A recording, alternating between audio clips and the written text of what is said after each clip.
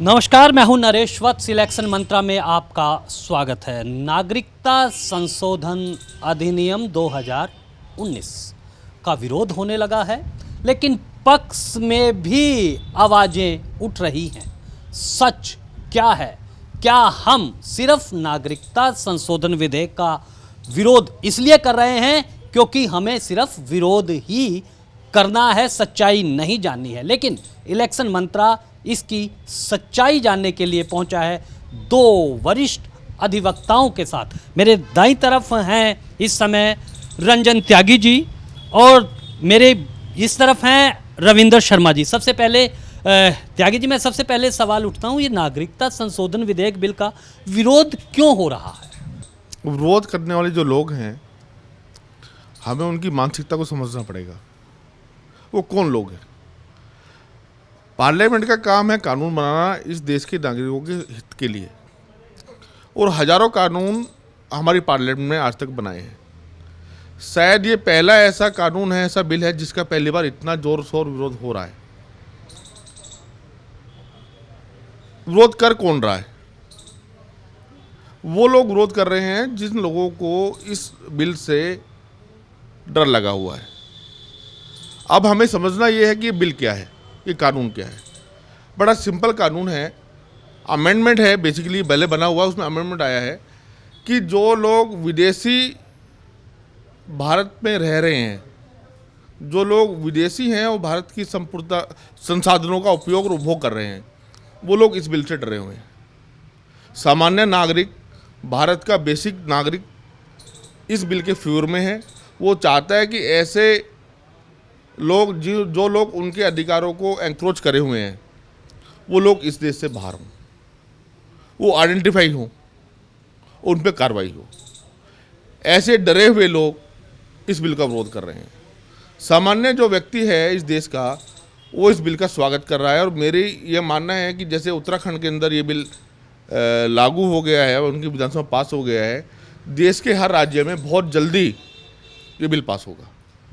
Bill pass होगा, आवाज़ यही उठ रही हैं। रविंद्र जी, आपसे मैं जानना चाहता हूं कि दिल्ली सरकार तो ऐसे रोहिंग्या मुसलमानों को और जो अवैध रूप से रह रहे हैं उनको आधार कार्ड दे रही है, तमाम सुविधाएं दे रही है। ऐसे में सुविधाएं देना जो एक रोक लगा रहा है ये कानून, कितना सही है, कैसे देखते हैं आप? देखिए, आप जानते हैं अच्छी तरह से, जो मूल नागरिक हैं उनके अधिकारों का तो हनन होगा, उनके बच्चों के भविष्य के ऊपर एनक्रोचमेंट होगी। तो इस समस्या को बड़ा गहन से देखा जाए, हल्के में ना लिया जाए, क्योंकि बाहर से आएंगे तो वो हमारे अधिकारों का हनन करेंगे। तो इसलिए हम कहते हैं कि एनआरसी जो जन संशोधन जो बिल लाया जा रहा है, उसके ऊपर थोड़ा जो विरोध कर रहे हैं उनका विरोध जायज़ नहीं है। त्यागी जी, मैं आपसे ये जानना चाहता हूँ कि राजनीतिक आप देखें कि जो भी कोई मुद्दा आता है उस पर एक विरोध होता है। ये पता है कि भाई ये अमूमन ये पार्टियां विरोध करेंगी और वो इंटेलेक्चुअल बौद्धिक जन भी ये भी इसका विरोध करेंगे। यानी कि या तो कोई इसका प्रशंसा कर रहा है या आलोचना, मूल्यांकन कोई नहीं कर रहा है। अगर त्यागी जी को मूल्यांकन करना हो इस संशोधन अधिनियम का तो कैसे करेंगे? मैं ये नहीं समझ पा रहा हूँ कि लोग इसका विरोध क्यों कर रहे हैं। एक बड़ा सिंपल कानून है, बेसिक चीज़ है, कानून में नहीं कहूँगा, बेसिक चीज़ है। सरकार ने तय किया है, हर सरकार तय करती है, ये हिंदुस्तान का नहीं है, पूरे वर्ल्ड के हर देश के अंदर ये नियम बना हुआ है कि जो विदेशी लोग हैं वो आइडेंटिफाई हों, और देश की संसाधन जो हैं, उन हर देश के संसाधन जो हैं उस देश के नागरिकों का उन पर पहला अधिकार बनता है। हम विदेशियों के खिलाफ नहीं हैं, हम उन विदेशियों के खिलाफ हैं जो घुसपैठ करके हिंदुस्तान में पड़े हैं, बिना परमिट के, बिना अथॉरिटी के, जो लोग इस देश में बढ़कर इस देश के संसाधनों का उपयोग और उपभोग कर रहे हैं। मैं यहाँ तक कहूँगा, ऐसे लोग देश में क्राइम फैला रहे हैं। ऐसे लोग ज़रूर आइडेंटिफाई हों। रहा विरोध का विषय, विरोध कुछ पॉलिटिकल पार्टियाँ कर रही हैं जो अपने वोट बैंक के लिए इनका उपयोग कर रही हैं। जैसे पश्चिम बंगाल में ममता बनर्जी, रोज़ ना रोज़ कोई ना कोई वहाँ पे झगड़े होते हैं, मारपीट होती है, और उन सब के पीछे यही लोग हैं। दिल्ली के अंदर अभी 2019 में 20 में झगड़े हुए, उनके पीछे भी यही लोग थे। जहांगीरपुरी में अभी 6 महीने पहले झगड़ा हुआ, उनके पीछे भी ये लोग थे।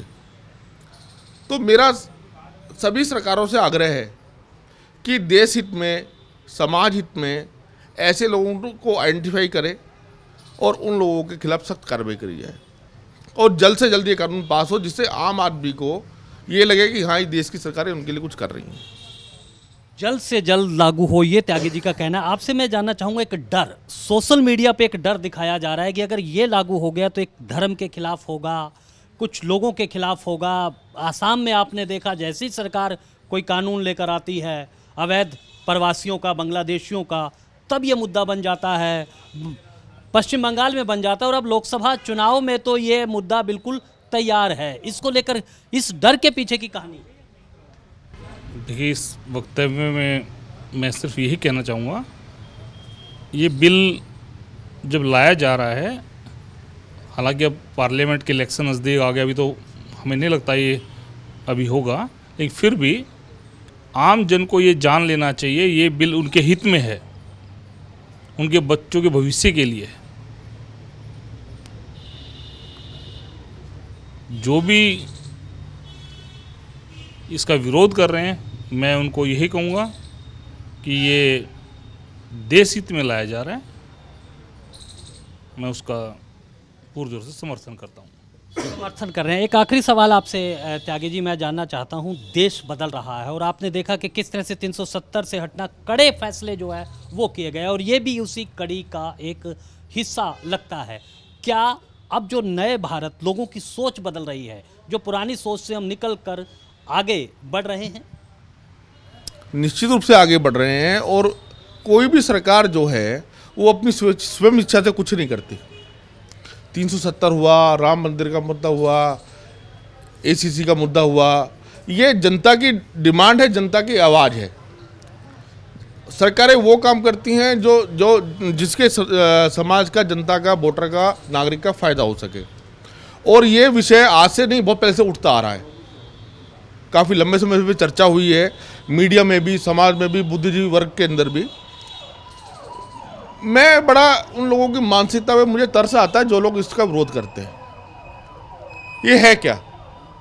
नागरिक संशोधन बिल।